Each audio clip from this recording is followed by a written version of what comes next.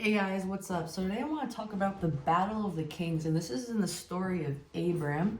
Bear with me, it's super rich in symbolism, and there's a lot going on here. So I'm going to do the best I can to kind of, I guess, consolidate and briefly explain my take on it. Is it right or wrong? Absolutely not, dude. Like, you can go so many different ways, and the more I recognize you learn about the Bible, the less I know in terms of history, what's real in history, what's a facade to make you go down the wrong rabbit hole, things of this nature. So take everything I'm saying with a grain of salt and just run with it for inspiration to come up with whatever it is you think is the correct way to add to this knowledge in the universe and whatever. Because, the whole point of this is sharing ideas. It's not about being right or wrong. It's just about being curious and asking questions. So I'm going to start, and this is where the Battle of the Kings begins. It says, "And it came to pass in the days of Amphil, king of Shinar, Arioch, king of Elasar," I'm not going to say his name right, Chedorlaomer, king of Elam, and Tidal, king of nations, that these made war with Bera, king of Sodom, and with Bersha, king of Gomorrah, Shinab, king of Admah, and Shemeber, king of Zeboim, and the king of Bela, which is Zoar." Now, when you read this, you're just like, what the hell is going on here, right? So I'm going to just do like a general overview of, again, my take. Here, they're describing the 4 and the 5 kings, all right? And the 4 kings here are the ones that represent cosmic power, meaning like they embody the idea of karma, or the hermetic law of cause and effect. When in reality, you believe something is going to happen to you because you think that thing is inherently bad or inherently good, you'll receive the rewards or the punishment of whatever it is you're judging, right? So that's why bad people can get away with bad things, because they don't inherently think anything they're doing is bad. If you were them, if you were in their shoes, if you were raised the way they were raised, you would think the same way. So we really can't judge people, because we can't come from a place of genuinely understanding their brain's wiring. And your brain's wiring is your subconscious. And your subconscious projection will always get mirrored back to you in your reality. So, like I said, that's why bad people can get away with bad things, and that's why good people can get punished, because good people think, like, oh, I can only receive so much goodness. It's selfish of me to receive too much goodness. So they don't receive a lot of goodness. When you really think of the most impoverished areas in the world, they're typically heavily religious, because they take this stuff so literally. It's the religion, if you take it to the extreme, is really the indoctrination of like, give so much and feel guilty for taking or receiving anything. And that completely disrupts the flow of giving and receiving, right? So that's why you need to be very careful in how much you really believe these religious texts literally. We need to start understanding reality and the way it behaves. And if the world is operating at the way it currently is, it must mean that the laws of the universe are not based on morality or karma as we think it is literally, which is based on morals, because it's not. It's based on what you judge reality to be. Whatever you put out is what you'll get back, and that's your karma. So here, the 4 kings, those complicated names, represent karmic law. Then you have the 5 kings here. The 5 kings are symbolic of the material realm, because 5 in the Bible is symbolic of your 5 senses. You have your sight, you have your smell, you have your taste, you have your touch, and you have your hearing. When you're using all of these in unison, you're immersing yourself in your 3D reality, right? When you touch your face, you're like, whoa, this is a physical thing in front of me. When you smell something, you're like, wow, I'm engaging with that experience, whether it's a good smell or a bad one. And the same goes for all the other senses. When you turn off those 5 senses, you start turning off your 3D experience. And that's when you start recognizing you go within and witness your spirit. You witness your thoughts. You start questioning, whoa, what are those thoughts? And whoa, what am I if I'm not my mind and all my programming? And that's essentially the spiritual awakening. That's transcendence. So here, the 5 kings, they can't possibly transcend, because that's their role in the Bible. They're given the number 5 because they're symbolic of the ego and the physical body stuck in its physical state, all right? And what the 5 kings are doing here is they're tithing to the 4 kings. They're giving them a payment to the 4 kings, because essentially in history what happens is, or think of it like I don't know, the mafia, for lack of a better example. Back in the day when the mafia existed, and maybe it still does, whatever, probably does, like just whatever, just use it as an example, but you pay them to take care of you, right? And when you stop paying them, they're gonna hurt you. So it's similar to this, like in the kingdoms. When you pay, the 5 kings were paying the 4 because they didn't want to physically lose their land. They didn't want to be physically taken over. They didn't want to be physically harmed. All of it is about keeping safe in the physical nature. So the 5 kings were paying the 4 something monetary and physical in value because they perceived that as the only way as receiving protection. But when you read the Bible and you understand it says do not fear over 80 times, it's because your fear gets casted out into the universe, and whatever you emotionally charge and think about will get reflected back to you. So when you constantly fear, you're going to experience situations that will chronically put you in fear, and the loop will never be broken.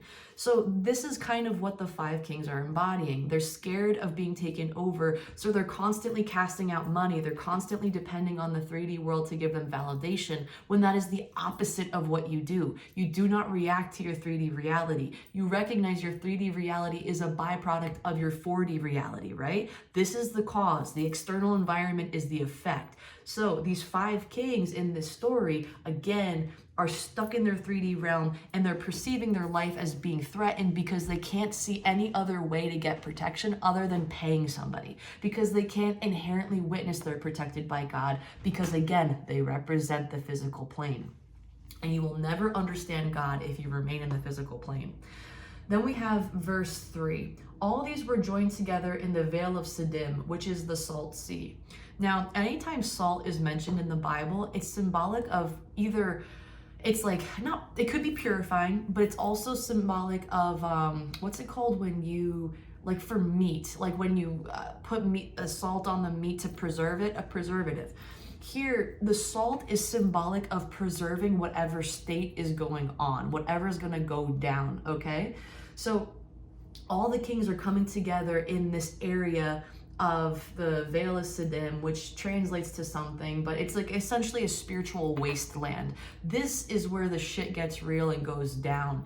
Also understand that this story is symbolic of you going through your spiritual awakening. I'll get more into it, but this is essentially your spiritual wasteland whenever it was in your spiritual journey, where you're trying to recognize you're not your body for the first time. It gets a little chaotic. There's a lot of stuff going on. Your material world starts changing, and you'll see that getting depicted in the next verses coming up. Verses 4 through 5.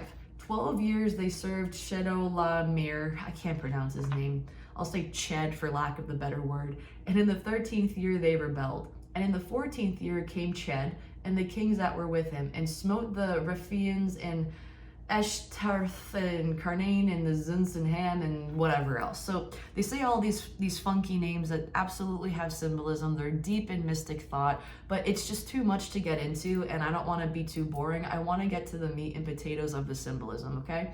So when you have 12 in the Bible, what it means is completion. You have the 12 apostles, you have the 12 zodiac signs, you have the 12 months in the year. 12 is the completion of a full circle, or of a full evolution. On the 13th year, the kings rebelled. The 5 kings rebelled and did not want to pay the 4 kings anymore. And the reason why they did this is because it's a story about you rebelling against your dark night of the soul. When you hit your rock bottom, that's when you question, why is my life the way it is? And you recognize your life is the way it is because of the judgment you casted onto it, right? I can speak for myself. I was chronically ill. No doctor could find out what was wrong with me. I could not get a relationship for the life of me because of how insecure I was. My friends moved away and I felt very isolated. I wasn't fulfilled in my job. All of these things literally just came crumbling down in my early 20s and was like, why is my life like this? And I had this weird calling within me that was very squirmy and I didn't understand. And it was a giant catalyst for my experience to ascend, to witness my mind, to witness I'm not my body, to understand my intuition, and to dive deeper into meditation, to understand the truth of my actual nature, which is source, okay? That's what this is. After 12 years, after a complete cycle of you recognizing you're not your physical body, you get so sick and tired of your bullshit that you say no more. And that's what the 5 kings do. The 5 kings are symbolic of the 5 senses, the physical realm. You're so sick of your physical realm, you say, I'm gonna stop paying tribute to the physical realm, which means tithing to it. I'm gonna stop giving it my attention. I'm gonna stop paying it off. I'm gonna start going within to try to recognize what the heck my life is the way it is for, right? And this is where King Ched comes into place. And King Ched is the one that smotes everybody. And smotes is essentially, you can, synonymous with smoking them, meaning like he's gonna beat him up, take him to town. King Ched, his name correlates to the idea of karmic power. Out of all of the kings in the 4, he's the one that has to deliver the smoting or the smoking of all the rest of the kings in their land, because he's the lead in karmic law of cause and effect. So he's the one that comes in and says, hey, so you're gonna separate from your physical realm, essentially, right?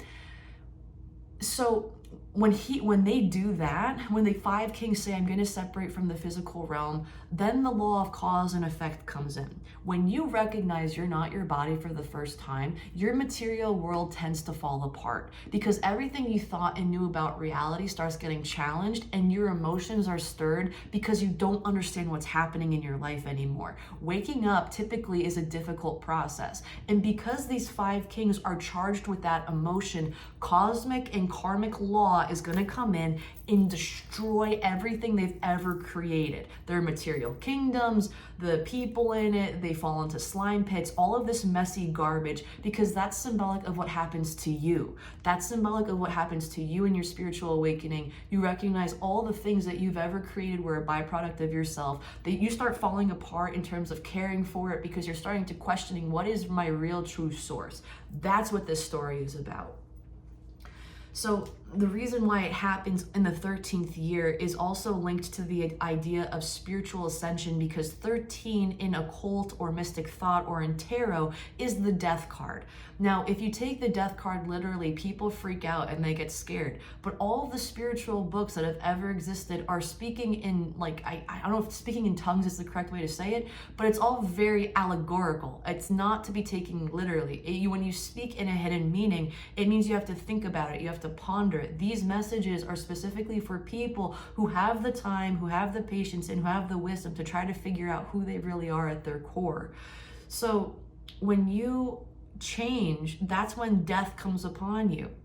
And death, you need death for transformation. Look at the seasons. If you want to have summer, you have to have winter. And what happens in winter? Things die. Are they really dead? No, they're just transmuting. They're transforming under the snow. And then you see spring come, and look how beautiful spring is. But you wouldn't get that abundance, you wouldn't get the manifestation of life had you not died before, right? That's what dying before you die is symbolic of the resurrection. Christ didn't actually die. Jesus didn't actually hang on some cross and physically die for however long he was hung up there for. He didn't transcend and become a zombie and said, hey guys, I'm back. It's symbolic of you transcending your flesh, killing your flesh, and recognizing you're so much more than that. That is what that story is. You are Christ consciousness. The point of reality is to transcend and witness that your thoughts and emotions create your reality. And when you understand that, you can create miracles. You can manifest miracles. And like A Course of Miracles says, miracles aren't just one every blue moon. They're every day. But you have to wake up to your conscious awareness and create them, because that's what Jesus did, right? He metaphorically made a blind man see. He understood how to make a dumb man talk or hear. I forget exactly what the translation was, but it's all very metaphoric for the sake of being able to transmute your reality to be what it is you want it to be. So the 5 kings don't want to pay any more mind to the physical realm. They cut it off. They transmute and transform in the 13th year. Then the power of cause, of law and effect comes in and starts wiping them out, because your material realm changes when you recognize you're not in your material realm, okay? Then we have verses 6 and 7. And the Horites in the Mount of Seir unto El Paran, which is by the wilderness, and they returned and came to En Mishpat, which is the Kadesh, and smote all the country of the Amalekites and also the Amorites that dwelt in Hazazon Tamar.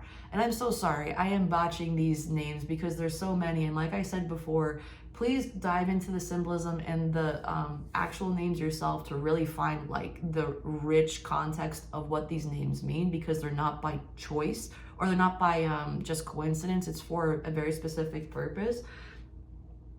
But here what it's saying is the Horites in the Mount of Seir are, and it's by the wilderness.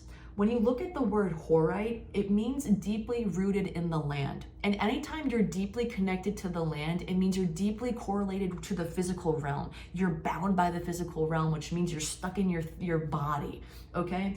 So when these kings, I'm assuming, are going to smote all of these people out here, the Horites are the ones that are deep in the wilderness. And when you're deep in the wilderness and you're stuck to the physical plane, it means the deep subconscious thoughts you haven't cleared out yet that are stuck in the wilderness, that are stuck in the weeds, that are very hard to rip out. Similar to when the animal that gets described in the Bible called a creeping thing are your dark subconscious thoughts you're not really aware of that still trigger you. And here it's saying they're wiping out those too. They're getting rid of them. So verses 8 through 9, we have, and there went out the king of Sodom, and the king of Gomorrah, and the king of Admah, and the king of Zeboim, and the king of Bela, and they joined battle with them in the vale of Siddim, which is the place, the spiritual wasteland that's with the salt, like I mentioned before, where with Ched, the king of Elam, and with Tidal, king of the nations, and Amphriel, king of Shinar, and 4 kings with the 5. Essentially, this is where the breakdown happens. When you have 4 plus 5, it means like when you bring those numbers together in numerology, it means the completion and the initiation of something new. So here, the battle's actually alchemy. This is an inner alchemy that happens within you when you transcend your flesh. Verse 10, and the vale of Siddim was full of slime pits, and the king of Sodom and Gomorrah fled and fell there, and they remained, and they that remained fled to the mountains. So here you see Sodom and Gomorrah, these kings fled and they fell into slime pits. Because slime pits are just symbolic of just like the doom you receive when you dwell in your physical reality. Sodom and Gomorrah is synonymous with wickedness. These people that lived in these cities were wicked to God. They hated God, and it's symbolic of your ego and when the material realm has power over you. The material realm is not bad, it's just bad when it controls you, when you're blinded to think that you're only a victim to it. When you can understand you can manifest reality, you no longer are a victim to the physical realm because you understand you can alchemize it and transcend it and create what you want to experience. So you also have the remaining kings that fled to the mountain. Some fell in the slime pits, but other kings fled to the mountain. When you go to a mountain in any spiritual book, typically what that means is you want to try to transcend to higher spiritual thoughts. You want to go within your body and go upward, right? To your third eye, to your crown, to receive enlightenment, to receive higher, nurturing, intuitive thoughts that are guided by God. So here, even when you go through your dark night of your soul, you destroy the material realm, you have that calling to transcend and go to the mountain, to rise above. And that's essentially, these kings going to the mountain are symbolic of you going to your mountain. Even though you went through the slime pits, you went through the ringer, you went through all the destruction, now it's time to ascend and transcend. And in verses 11 through 12, it says, and they took all the goods of Sodom and Gomorrah and all their victuals and went their way. And they took Lot, Abram's brother's son, who dwelt in Sodom, and his goods, and departed. So here the 4 kings took all of the material realm of Sodom and Gomorrah, anything that could possibly be there, and they also took Lot. Now this is who Abram's trying to save. This is his brother, which in reality is actually his nephew, but Lot is just symbolic of your spiritual partner during your journey, which is why he's called his brother. The 4 kings take Lot because Lot is symbolic of the lower nature mind and thoughts that you have that keep you stuck to your physical plane.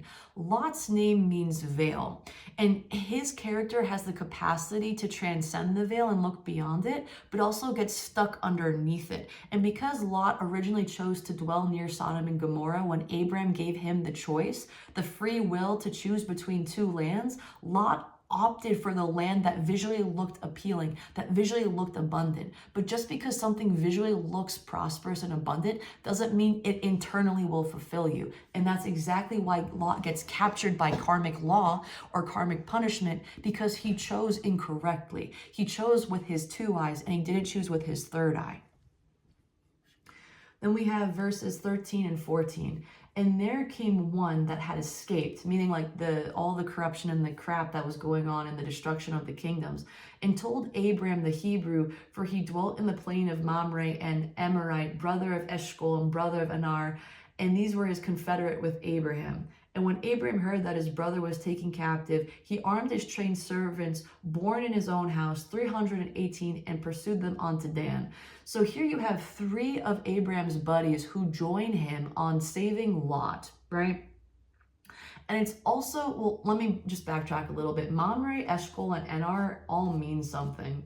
And they mean strength, prosperity, and energy. And essentially what that is you need to receive or embody those 3 things to really pursue victory, to really answer God's calling, to be the savior, to be the one that has courage, to have the hero's journey. You need to embody those 3 principles to really have success.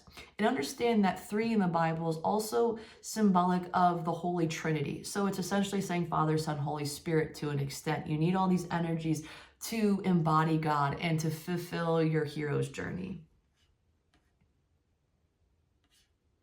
Sorry, I lost my place. Okay, so here we have, his 3 friends were joining him, which are essentially the Holy Trinity. And then it says that Abram brings 318 of his trained servants that were born in his house. Anytime you have servants mentioned in the Bible, it's symbolic of your tamed thoughts, because your mind makes a great servant but a terrible master. You're the master, your consciousness is the master that needs to tame the servant. When you have 318, understand that, the angle I'm taking is that the Bible was based off of the Greeks as well as the Egyptians. So you're going to have a lot of symbology in that area if you are to listen and to dive into the Bible into the way that I am. When you have certain letters in Greek, it's numerology, right? So certain letters will correlate to certain meanings and numbers, right? And then the numbers will have meanings. So when you have 318, 300 in the Bible adds up to T in Greek, and T is symbolic of the cross. Then you have IH, and IH is the first 2 letters that spell Jesus in Greek, and those 2 letters add up to 18. So here, when Abram takes 318, it's no coincidence they chose that number, because T is symbolic of the cross, meaning crucifixion, and 18 is symbolic of Jesus. When you crucify your body, that means you can transcend and receive God's consciousness, God's awareness, God's divinity, God's protection, all that stuff, right? Christ consciousness. So here, when Abram has 318 trained servants, tamed servants, it means he's watching his mind's thoughts so profoundly, so deeply, and he's so aware that he's super powerful because he's got Christ consciousness on his side in embodying the servants that he has. He's essentially using Christ consciousness as his servants to help save Lot, okay? And that's important to note because I'm going to bring up something later on. But essentially, Abram has to be the one that saves Lot because Abram represents Christ consciousness. Lot represents the lower nature of your mind. The lower nature of your mind will always get whooped by karmic law. When you have Christ consciousness saving, or Abraham saving Lot, that means Christ consciousness is saving your lower nature thoughts. And that will wipe you clean of the karmic law that's erring you, right? Or what's it called? Like erroring you, meaning not serving you in the way you'd like. When you have Christ consciousness, then you will be saved, you will transcend and use karmic law appropriately, which will then give you abundance, which will then save you because you understand how to use that power. So, okay, we have Abram going to save Lot with his friends. We have verses 15 and 16. And he divided himself against them, he and his servants by night, and smote them, and pursued them unto Hobah, which is the left hand of Damascus. And he brought back all the goods, and also brought again his brother Lot and his goods, and the women also, and the people. So here Abram attacks at night because you need to attack your subconscious. Your subconscious is all the stored information you bring in through your conscious awareness, and keep there as your programming to project into reality the experience you have day in and day out. When you reprogram your subconscious, that's when you attack at night, because your subconscious is only accessed in the darkness. When you're in theta state, when your brain is under like meditation, or right before you go to sleep. That's why Neville Goddard talks about training your mind right before you go to sleep, or visualizing before you go to sleep, because you're reprogramming your subconscious. You're attacking the things you don't want to experience anymore, the thoughts that are creating your reality that are causing baggage. You're reprogramming them, you're changing them, you're smoking them, you're getting rid of them, and you're infiltrating it with Christ light, with a new perspective, with something you want to experience that better serves you. Then we have verse 17. And the king of Sodom went out to meet him after his return from the slaughter of Shed. So again, Shed Lamar, or whatever, it represents karmic law. And of the kings that were with him at the valley of Sheveh, which is the king's dale. Now, I'm not even really going to get into all of that. But essentially, the king of Sodom represents the ego and materialism. This is symbolic of after you go through something spiritual in your awareness or awakening, typically your ego will want to come in and creep back in and tempt you to go back to the other state you were at, right? Because you've been programmed for so long that feels comfortable, and transcending is uncomfortable, even though it's getting you in a direction you want to go. Because it's not familiar to you, it's uncomfortable in nature. So it's tempting to go back to your old ways because they're familiar.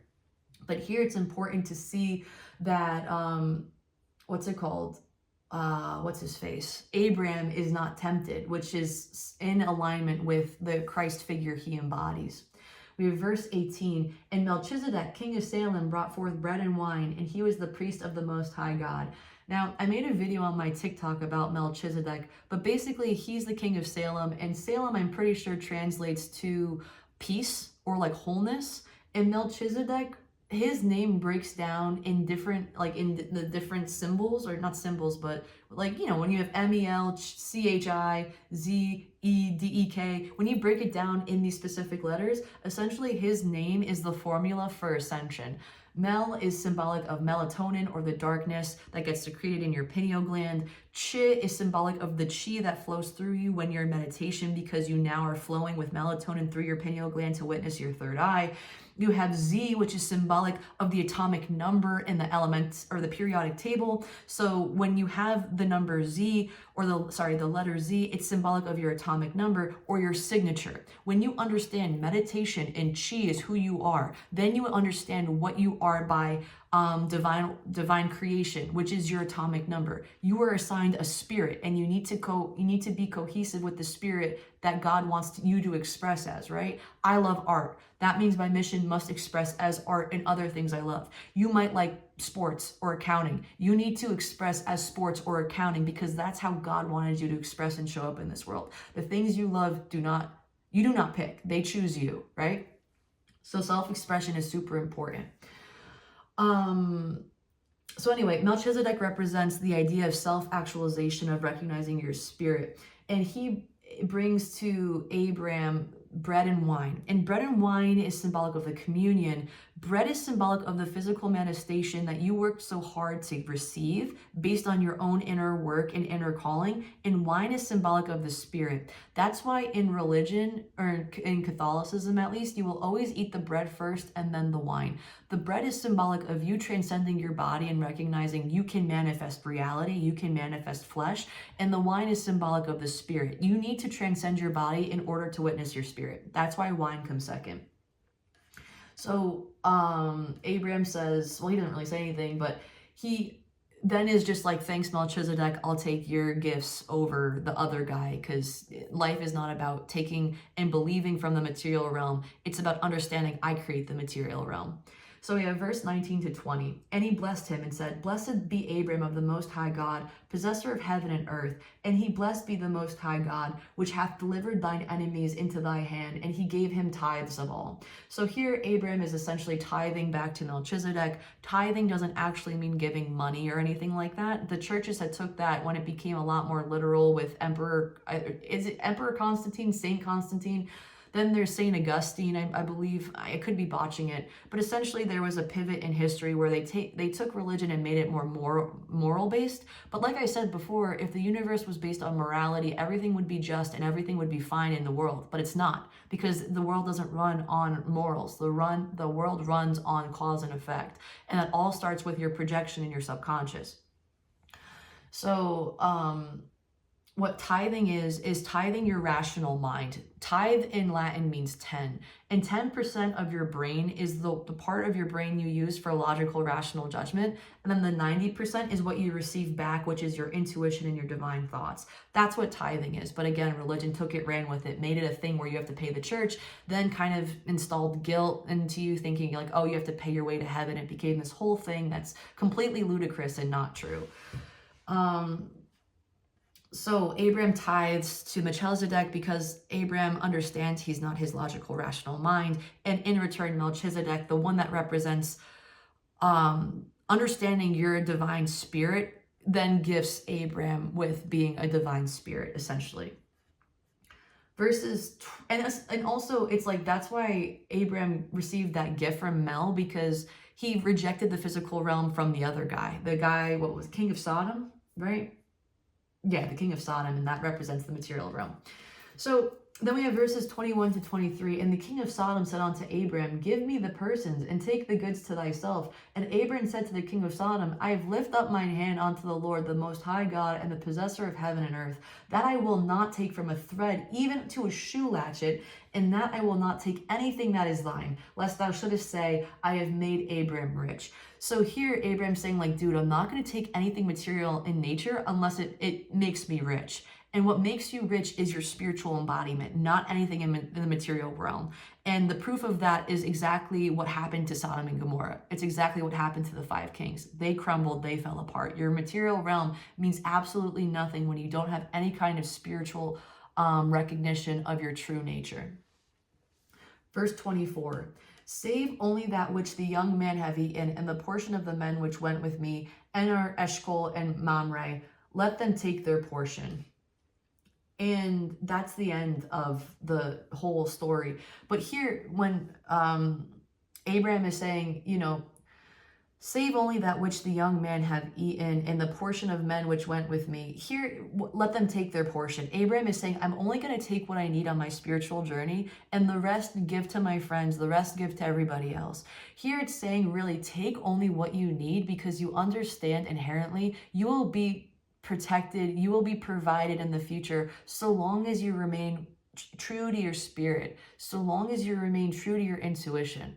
That's what this story is about. Abram does not take more than he needs. Abram takes just enough and keeps going, because he's just like, I'm not consumed by my material realm. He experiences the material realm. He understands it, much like you and I. But as soon as you start trying to pay off the material realm, like the 5 kings did, meaning like, I need material protection and that's the only way I'm going to survive in this world, it's like, no, your energy is what makes you survive in this world. What you put out is exactly why your life is the way it is. So if you believe you're taken care of, if you believe you're being guided, if you believe you're meant for something, if you believe you deserve to feel safe, you will eventually experience those things depending on how much you have programmed your subconscious to accept that as truth. So thank you guys for listening to this video. I know it was a long one, but it is so crazy heavy in symbolism. I think it's one of the more symbolic stories I've read so far, or maybe it's just because I'm paying more attention to it that I understand it better. But again, thank you for listening. And, you know, again, this is just one take. It's not the end all be all. There's so many ways to interpret it. But, you know, maybe this might just add to what you already know, or maybe this will just be a start to what you know, because it's a start for me. So yeah, I'll see you guys in the next video.